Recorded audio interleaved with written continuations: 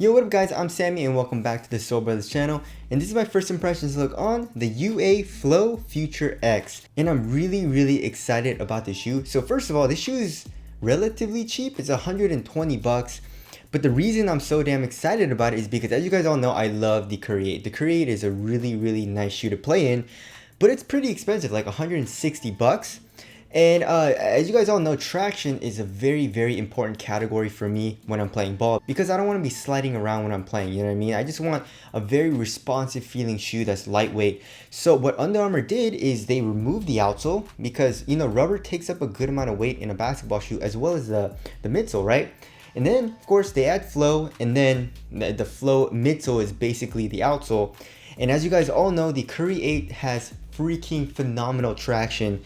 And if we can get the Curry 8 traction on this shoe for $40 cheaper, why the hell not, right? So I'm super excited with what Under Armour has to offer as far as like the future of their basketball shoe lineup goes. Or I guess like their running shoes as well, because they have flow in their running shoes too. But obviously traction is a good amount more important in basketball than running. But anyways, yeah, so I mean, if you have just this and you're using this and it's just as good as a Curry 8, all of their shoes are just gonna be already top tier, because traction is just so damn important, you know, especially just in my opinion. So this shoe is going for 120 bucks. If you guys do want to cop, I'll leave a link in the description box. But as always, let's get started off with the Tracciones.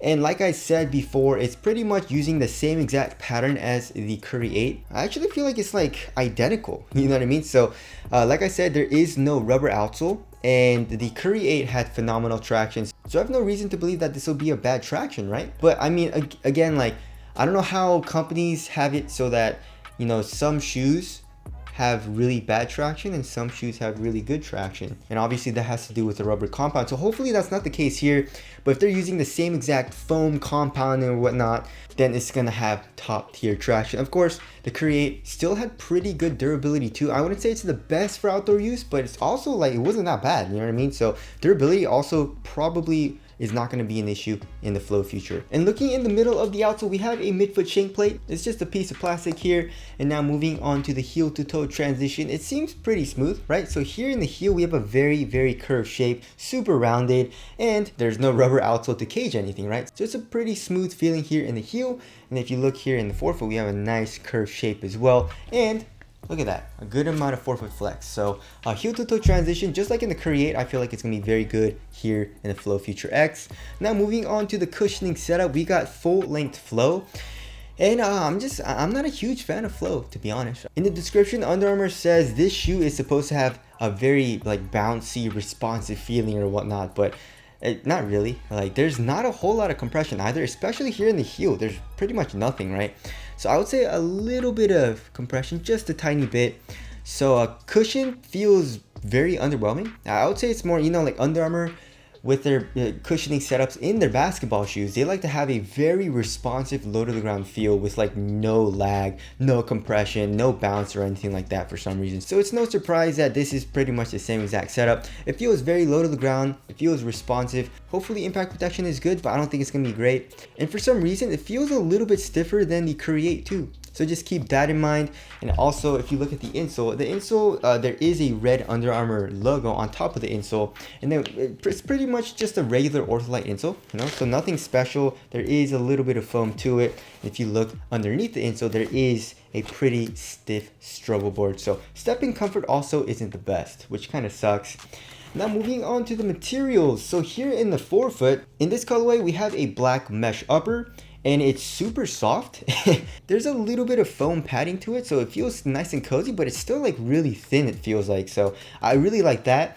And also, there is a little bit of airflow, so I feel like ventilation will be pretty damn good just through this material. So I like the material choice. Of course, it's not the best for quality, but I feel like, you know, it's soft, it conforms to your foot, and also pretty cozy and comfortable because there is a little bit of foam in this mesh upper. All right, moving on to the midfoot here, we have a midfoot strap, and as you guys all know, I don't really like straps all too much, but they actually did a really good job in the design of the strap here in this shoe, right? So first of all, this strap stays open. Look, so if it's locked down, it stays locked down, obviously because of the Velcro, but when you open it up, it stays open so it doesn't get in the way of you lacing up the shoe, right? Because, you know, like in the Kyrie 6, even the Zoom Freak 3, just like kind of like flaps over and you're like, damn it, and you gotta like keep the strap open while you're lacing it up. It's kind of annoying, you know? So I really like that, first of all. And also, this strap is pretty damn thin, so it doesn't like feel bulky or anything. Like, look at how thin that is. It's just a really thin like fuse or plastic material with a little bit of Velcro on it. And then on the end of it, we have 2 red straps. And these 2 red straps go underneath this material, which also doubles as an eyelet. So the laces go through these. So when you're lacing the shoe up, you kind of like tighten these red straps. And then once you tighten them, of course, you're gonna need to tighten the strap as well. And when you tighten the strap, it kind of like pulls the laces here on the lateral side and gives you better lockdown. So I really like this system. It's functional. It doesn't add a whole bunch of bulk, and it also improves lockdown. So yay, good job Under Armour. I mean, Nike, take notes on this. Please stop doing the straps like in the Kyrie 6 or the Zoom Freak 3. I'm sick of it. It adds bulk. It's too thick. It doesn't really do anything for lockdown. But here, it's a very functional strap. I like that. And now moving on here into the ankle area, we have, it seems like a synthetic leather. It's a very cheap leather material, so I'm not a huge fan of that. And then here for the lining, we have kind of like a polyester material. For the tongue is a half booty construction tongue. There's a little bit of padding, just a tiny bit. I would just say it's more of like a minimal feeling tongue. It is oversized though, so it kind of like goes over like the top of your foot and feels nice. And then coming here into the ankle area, we have like an average amount of padding here on top of the ankle area. And then of course here in the back of the shoe, we have a nice heel tab to make the shoe easier to put on. So overall materials, it feels very, very minimal on foot. I really like how it feels. And I'm also really liking the strap. Of course, 120 bucks. I feel like they should use like better quality materials, but you know, I feel like on foot it feels pretty nice. All right, moving on to the fit, I went true to size, and lengthwise, my toes pretty much go right to the edge of the shoe. So true to size, most people should be good. One thing I don't like about it though is that the toe box is a little roomy, right? And I feel like this mesh material will even like stretch out more because it's not really glued down or anything, and when you feel this mesh material with your fingers, there is a little bit of stretch to it as well. It's not the most supportive feeling material. So if it gets even roomier than this, I don't think I'm gonna like the fit all too much. I don't like to have a roomy toe box. I like to have a really snug toe box. But of course, if you like a roomier toe box, then the fit is gonna be better for you. And also for the width, I would say it's a normal width.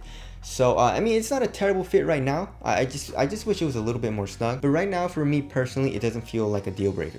Alright, now moving on to the support and lockdown for lateral containment, I feel like you're gonna be good, right? So here on the lateral side, the foam comes up a good amount, right? So here in the forefoot, it comes up. Here in the midfoot and here in the heel, we also have the foam coming up a lot.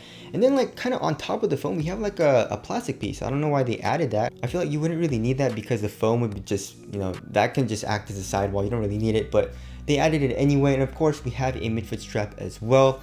So lateral containment, I feel like you're gonna be good. And then for lateral stability, we have, there's really no outrigger, but I guess the foam does like protrude out here in the forefoot. So I feel like lateral stability also is going to be very good. All right, moving on to the weight of the shoe. I feel like the shoe is gonna be very light, maybe like 10, 11 ounces maybe. We'll see. Yeah, so 10.55 ounces, extremely light shoe.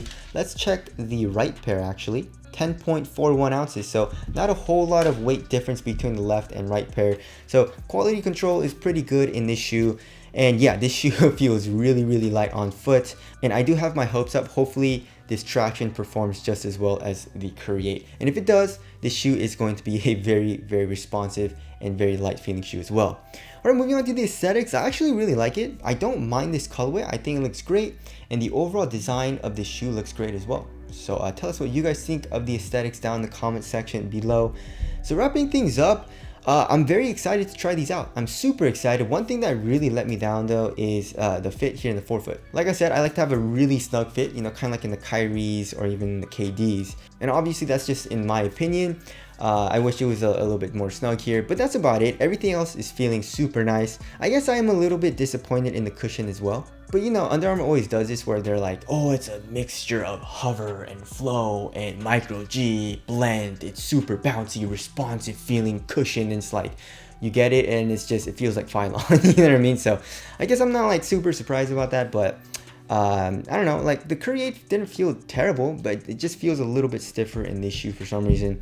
But other than that, I mean, it's feeling pretty damn nice, and I feel like it's going to be a very good guard shoe as well. So anyways, that about concludes my first impressions on this shoe. If you guys do want to cop, I'll leave a link in the description box, but that's it.